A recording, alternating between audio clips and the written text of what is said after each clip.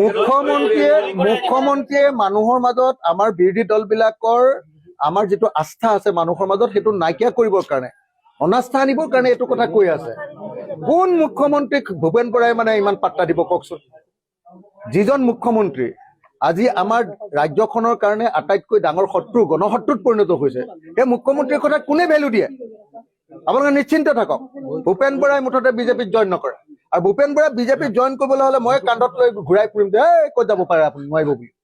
আপুনি চিন্তা নকৰে। আপুনি পুনৰ সুধিছো, দল ত্যাগ কৰাটো নিজৰ সিদ্ধান্ত আৰু ব্যক্তি স্বাধীনতা, তেওঁ ক'ত যায় কি কৰে। যদি তেখেতে বিজেপিত যোগদান কৰে তেতিয়াহ'লে কংগ্ৰেছ দলৰ লগত আপোনালোকৰ মিত্ৰতা হ'বনে আৰু কেনেকৈ আগবাঢ়িব? নাই মানে মই যিটো জানো, আপোনালোকে মিছা কথা কৈ লাভ নাই। কোনোবাই আপুনি নিউজ লাইভে এইটো কেতিয়াও নিউজ নুলিয়াব যে আমাৰ ভূপেন বৰা গৈ বিজেপিত সোমাব। ভূপেন বৰা বিজেপিত নোসোমায়, কনফাৰ্ম। কেলে নিয়ে? আমাৰ বিৰোধী পক্ষৰ এটা ডাঙৰ খুঁটা হয়, খুঁটা এটা প্ৰধান ধৰণী হয়।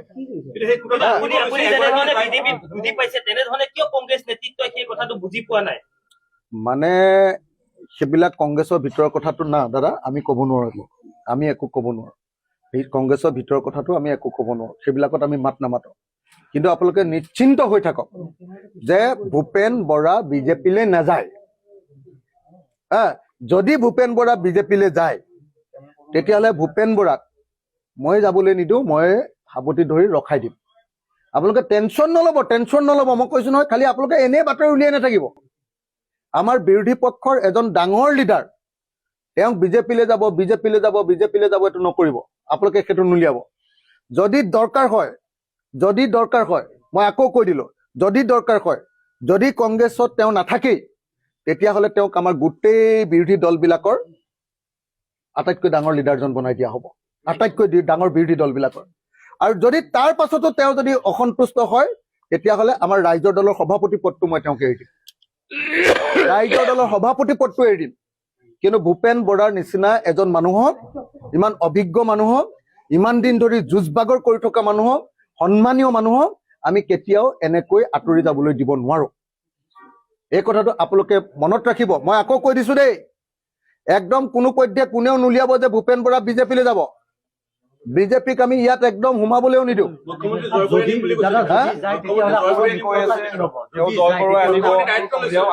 আৰে কেলে যাব? যি আদৰ্শগতভাৱে বিজেপিক বিৰোধিতা কৰে।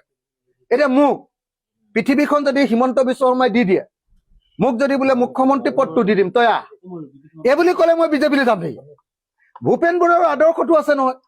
ভূপেন বৰাই সাম্প্ৰদায়িক দল এটাক, ভূপেন বৰাই ফেচিষ্ট দল এটাক, জনগণৰ বাক স্বাধীনতা হৰণ কৰা দল এটালৈ ভূপেন বৰা কিয় যাব? ইমান দিন ধৰি বাক স্বাধীনতাৰ কৈ থকা মানুহটোৱে নাযায়।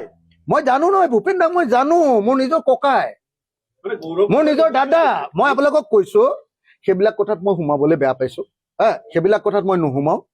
তেখেত কিবা কাৰণত অসন্তুষ্ট হৈছে। এতিয়া আমি তেওঁৰ লগত কথা পাতিছো। ভাতৃ, মই তেখেতৰ বন্ধু, মই মোৰ মেণ্টৰ, তেওঁ মোৰ এডভাইজাৰ। তেওঁক মই কেলে যাবলৈ দিম? আৰে আপোনালোকেতো জানে যে অসমৰ জনগণৰ দল ত্যাগ কৰিছে। তেখেতৰ খং উঠি আছে যে তেখেতে আগতে কিছুমান কথা কৈছিলে, সেইকাৰণে তেখেতে কিবা অসন্তুষ্ট হৈ আছে বুলি কৈছে। এতিয়া মই নিজে শুনি আছো যে এতিয়া হেৰিও ইয়ালৈ আহিব, কি কয়, জিতেন্দ্ৰ সিঙো অহাৰ কাৰণে ফোন কৰিছে। মই নিজে শুনি আছো জিতেন্দ্ৰ সিঙো আহিব। নিশ্চয় কংগ্ৰেছ দলত ৰাখিব পাৰিব। আৰু যদি ৰাখিব নোৱাৰে তেতিয়াহ'লে আমি আছো না।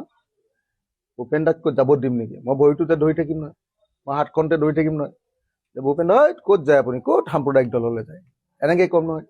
আপোনালোকে নিশ্চিন্ত হৈ থাকক। খালি এতিয়াই উলিয়াই নিদিব, এনে ভূপেন দাৰ ডিছক্ৰেডিটেড নকৰিব। ভূপেন দাক আপোনালোকে সাম্প্ৰদায়িক দললৈ যাব বুলি প্ৰচাৰ কৰি নিদিব। খালি ভূপেন দা নাযায়। আৰে মোৰ কনফিডেন্সটো চাওক না, এনেই মই ভিতৰৰ পৰা সোমাই আহি এনেই ক'ব পাৰিম নেকি তেনেকৈ?